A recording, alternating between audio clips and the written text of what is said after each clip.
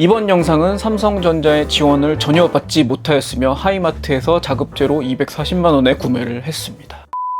여러분 안녕하세요, 프로서디케입니다. 제가 요 갤럭시 폴드를 받아서 지금 3일째 열심히 사용을 해보는 중입니다. 일단 전반적인 제품에는 너무나 만족하고 있습니다. 이런 느낌 진짜 오랜만에 느껴보는 것 같아요. 너무 만족스럽습니다. 제가 스마트폰 사가지고 이렇게 기뻐하면서 사용해본 거 진짜 오랜만인 것 같은데, 이게 화면이 접히는 게 뭐가 그리 대수겠어? 라고 했는데 저는 너무 좋습니다.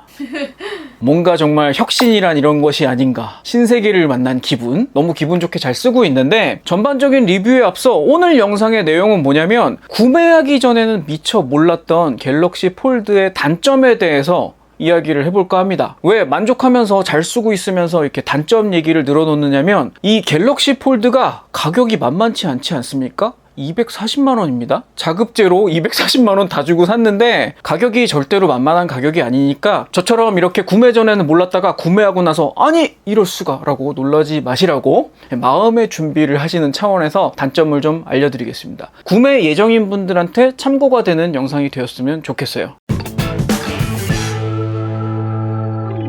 일단 첫 번째는 방수가 안 된다는 점입니다. 요즘 폰들이 다 방수가 되다 보니까 방수가 당연히 되겠지? 최소한 생활 방수 정도는 되겠지 하고 구매를 했었어요. 사실은 저는 이걸 구매할 때 스펙을 전혀 알아보지 않고 그냥 덥석 구매를 했습니다. 화면이 접힌다는 것만으로 너무 신났었기 때문에 그냥 아무것도 알아보지 않고 구매를 했는데 방수가 안 됩니다. 여러분들은 혹시 샤워실에서 폰을 사용하시는지 모르겠으나 저는 항상 샤워할 때 유튜브나 넷플릭스를 켜놓고 샤워를 합니다. 그래서 지금까지는 S10을 쓰든 노트 10을 쓰든 계속 샤워실에서 유튜브를 즐겁게 감상하면서 그게 제 삶의 낙이었거든요. 근데 방수가 안 됩니다. 그래서 샤워실에 갖고 들어갈 수가 없어요. 혹시라도 물이 튀어가지고 이 비싼 스마트폰이 사망하지 않을까 하는 걱정에 샤워실에 갖고 들어갈 수가 없습니다. 전혀 예상하지 못했어요. 저도 전혀 예상하지 못한 부분이네요. 놀랍습니다. 모르셨던 분들 분명히 계실 거라고 생각합니다. 그리고 두 번째, 여기 보시면 아시겠지만 통화를 할 때 사용하라고 여기 수화부 스피커가 있습니다. 이렇게 통화를 하면 되죠. 근데 이 갤럭시 폴드는 거의 대부분의 시간을 펴서 사용을 하게 되어 있습니다. 펴서 제가 뭔가를 하고 있는데 전화가 왔어요. 이렇게는 받을 수가 없습니다. 뭔가 하고 계시다가 전화가 오게 되면 화면을 보고 접고 통화를 해야 돼요. 근데 벌린 채로 전화를 받으면 나중에 떨어뜨릴 수도 있을 것 같아요. 물론 이렇게 편 채로 통화를 한다는 게 굉장히 불편할 수는 있지만, 제가 뭔가 어플을 사용 중이거나 뭔가 작업 중이었을 수는 있잖아요. 그걸 이렇게 딱 덮어버려야 된다는 게 제가 전혀 예상하지 못했던 단점입니다.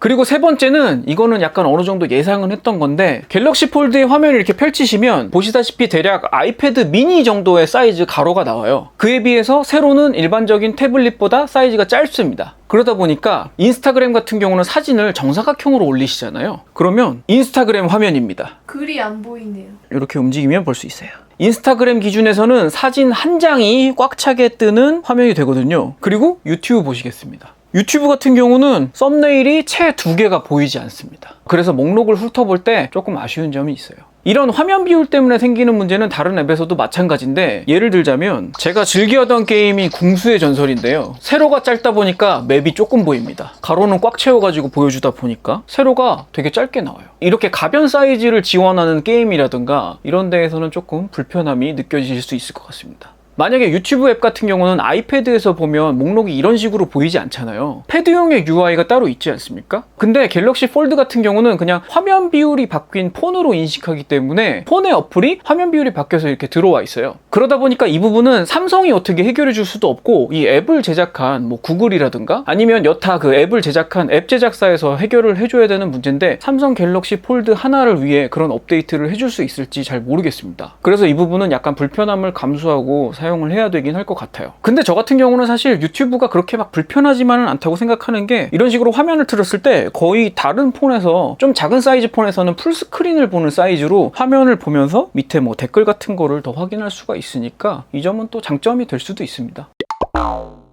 그리고 네 번째, 사실 갤럭시 폴드의 이 핀 화면에 있는 전면 카메라는 퀄리티가 굉장히 좋은 편입니다. 그래서 셀피를 찍기에도 굉장히 좋거든요. 근데 문제가 한 손으로 셀피를 찍기가 너무 위험합니다. 제가 이렇게 셀피를 찍고 싶으면 새끼손가락으로 받친 채로 이렇게 팔을 뻗어야 하는데 너무 불안합니다. 전화는 접어서 받으면서. 셀피도 사실 접어서 사용해도 되죠. 사실 이렇게 큼지막하게 모니터링 하면서 이렇게 사진을 찍는다는 건 되게 좋은 면이긴 한데 무섭습니다. 그래서 이 갤럭시 폴드는 항상 화면을 펼친 상태에서는 양손으로 꼭 쥐어줘야 한다는 게 좀 단점이라고 볼 수 있겠습니다. 그리고 다섯 번째는 LG V50 쓸 때도 이 듀얼 모니터 쓰는 기분으로 쓸 수 있어서 좋았다 이런 말씀을 드렸었잖아요. 이 큰 화면을 분할해서 저는 잘 사용할 수 있을 줄 알았어요. 근데 모든 앱이 멀티 윈도우를 지원하는 것도 아니고요. 멀티 윈도우를 사용할 때 살짝 애매한 부분이 있었습니다. 제가 화면 오른쪽에서 이렇게 스와이프를 하면 멀티 윈도우가 가능한 앱들의 목록이 뜨게 되는데요. 이 목록에 없는 애들은 멀티 윈도우가 일단 지원되지 않고요. 예를 들어서 제가 아까 조금 불편하다고 얘기했던 유튜브 같은 경우는 멀티 윈도우에 띄우게 되면 목록이 길게 보이니까 이건 어떻게 보면 장점이 될 수는 있겠습니다. 근데 이 상태에서 멀티 윈도우 사이즈를 지금 조정하려면 조정이 안 돼요. 조정했다고 놓으면 조정이 안 된다고 떠요. 이건 왜 그러냐면 여기 옆에 사이드에 띄워놓은 유튜브 때문이 아니고요. 여기 옆에 떠있는 홈 화면이 사이즈를 변경할 수 없기 때문입니다. 멀티 윈도우를 지금 2개 띄운 상태잖아요. 2개 띄웠을 때의 비율은 요 모양은 이제 이게 일반 폰의 사이즈 비율이죠. 한 화면은 요 일반 폰 사이즈 비율이 되게 되고 옆에 화면은 조금 얇은 사이즈의 윈도우가 되게 됩니다. 이런 식으로만 사용을 할 수 있어요. 옆에 이렇게 제가 페이스북을 띄웠잖아요. 요 상태에서는 이런 식으로 변경은 가능해요. 왜냐하면 페이스북도 멀티 윈도우용 앱이고 유튜브도 멀티 윈도우용 앱이기 때문에 이렇게 2개 사이에는 어떤 한 개를 정비율로 바꿀 수 있는 요건 가능합니다. 대신에 이것도 역시 자유자재로 비율을 바꾸는 게 아니라 요거 아니면 요거 둘 중에 하나로 선택을 해야 하고요. 멀티 윈도우를 하나 더 띄워 보겠습니다. 그러면 이렇게 정상 비율 하나와 여기 작은 사이즈 하나, 작은 사이즈 하나 이런 식으로 3개로 분할을 해서 사용을 할 수가 있습니다. 근데 이거 역시 일정 비율로 이렇게 조정만 가능해요. 위아래 분할은 아예 조정이 안 되는 것 같습니다. 무조건 반으로 갈려요. 그리고 이거보다 실사용 때 좀 불편했던 점이 뭐냐면 이렇게 멀티 윈도우를 사용하고 있는 상태였잖아요, 제가. 이런 상태에서 멀티 윈도우를 지원하지 않는 앱을 켜버리면 풀스크린으로 그 앱이 뺏어가 버려요. 예를 들어서 넷플릭스는 풀스크린만 지원하거든요. 옆에 여기 유튜브하고 페이스북이 켜있는 상태에서 넷플릭스를 누르게 되면 그냥 넷플릭스로 가버리죠. 그래서 제가 이 넷플릭스를 종료하잖아요. 그러면 홈으로 나와버려요. 페이스북 다시 켜볼까요? 다시 이렇게 나와요. 좀 더 자유도를 주면 안 되는 거였을까? 사용자를 약간 혼란스럽게 하는 UI, UX. 그리고 제가 황당했던 건 뭐냐면 이 화면 비율 문제 때문에 생기는 문제 중에 이런 게 있어요. 제가 만약에 요 왼쪽에 정상 비율 화면에 궁수의 전설을 로딩해가지고 이렇게 게임을 하잖아요. 이렇게 게임을 하다가 만약에 이 옆에 멀티 윈도우를 닫아버린다. 그럼 어떻게 될까요? 그러면 이렇게 돼요. 꽉 차지 않는군요. 꽉 차는 게 문제가 아니에요. 지금 자세히 보세요. 화면 깨졌죠? 벗어나 버렸잖아. 그러니까 원래는 이 좌표 값이 화면 바뀌어가지고 나오지 않아야 되는 것들이 보이는 거예요, 지금. 원래 리소스가 어떻게 생겼는지 다 보이는 거네. 예. 그리고 막 이 타일 이어붙인 데가 다 보여가지고 이거는 이 게임을 만든 회사에서 이런 상황을 예상하지 못했기 때문에 화면 밖에 이렇게 리소스가 노출되는 건데 이런 문제가 생깁니다. 약간 민낯을 들킨 듯한 느낌. 그러니까 갤럭시 폴드가 아니면 생기지 않는 이런 문제들이 종종 앱에서 나타납니다. 이거는 결국 삼성의 문제가 아니고 이 앱 개발사에서 여기까지 커버를 쳤어야 되는 건데 이런 좀 예상치 못한 상황들이 종종 벌어집니다. 그래서 멀티 윈도우를 사용하는 게 조금 애매한 부분이 자꾸 있었어요. 그리고 3분할 했을 때 사실 좀 쓰기 불편한 부분도 있었고. 여섯 번째 문제는 요건 좀 일시적인 문제일 것 같은데 앱 목록에서 버그가 있습니다. 앱 목록을 볼 때 가끔씩 정렬이 깨져요. 정렬이 깨져가지고 지금도 보시면 여기 빵꾸가 빵빵 2개 자리가 빵꾸가 뚫려 있죠. 가끔씩 정렬이 왜 이래? 하고서 엉뚱한 자리에 막 앱들이 가 있고 이런 좀 버그가 있더라고요. 요거는 아마 버그 리포팅이 들어가면 삼성 쪽에서 업데이트 해가지고 잡아줄 것 같긴 한데 지금 현재는 이런 문제가 조금 있었습니다.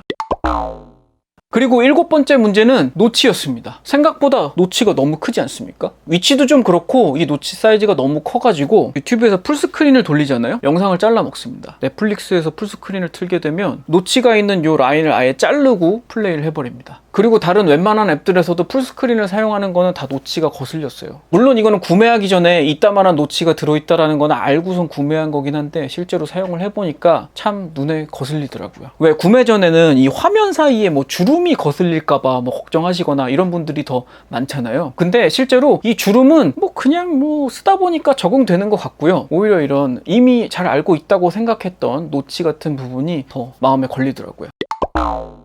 그리고 8번째 문제는 앱 연속성 문제인데, 제가 만약에 이렇게 페이스북을 실행하고 있다가 화면을 닫잖아요? 바깥 화면으로는 이어지지 않습니다. 반대의 경우는 돼요. 제가 바깥 화면에서 페이스북을 실행하다가 열면 안쪽에는 페이스북이 같이 열려요. 이게 아무래도 이런 형태의 스마트폰이 처음이다 보니까 어떤 그런 UX 플로우를 어떻게 만들어야 될지 정말 고민이 많으셨을 것 같아요. 지금 바깥에서 안으로는 플로우가 이어지는데 왜 안에서 바깥으로는 안 이어질까? 요건 좀 의아한 부분이기는 합니다.